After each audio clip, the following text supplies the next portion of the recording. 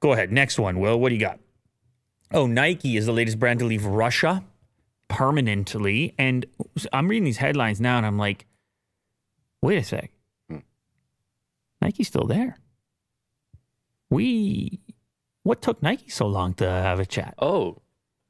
Everybody else was right away, and McDonald's was kind of, McDonald's was, do we have to? Mm-hmm. And then they're paying the employees, and it was all a bit squirrely. And then they said, you know what?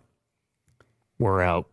And Nike's taken a little bit longer. Nike's announced plans to leave Russia, becoming the latest Western brand to quit the country since the invasion of Ukraine in February, halted online orders, and closed the stores it owned in the country in March. Oh, I see.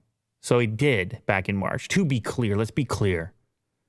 However, in the resale market, retailers are going to have stock. They're going to still be able to order things from warehouses. They're not completely out of the country. Shops run by local partners continue to operate. But now the firm is winding down those agreements, leaving them hanging them out to dry. Well, like a pair of Nike track pants. Okay. Networking giant Cisco also said it would start to fully wind down operations in Russia and Belarus.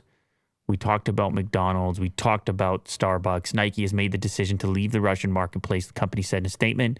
Our priority is to ensure that we are fully supporting our employees while we responsibly scale down our operations over the coming months.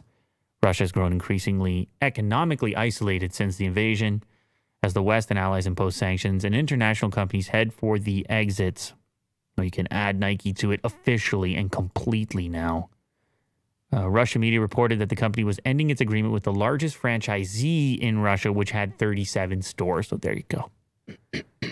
It's not a big deal for Nike, on the other hand, if you're one of these investor types, because it only represents about 1% of their revenue, which is actually kind of surprising. Disclosed that Russia and Ukraine together accounted for less than 1% of the company's revenue. That means they got a lot of revenue, and it means that most of it ain't coming from there. So they're not too worried about it.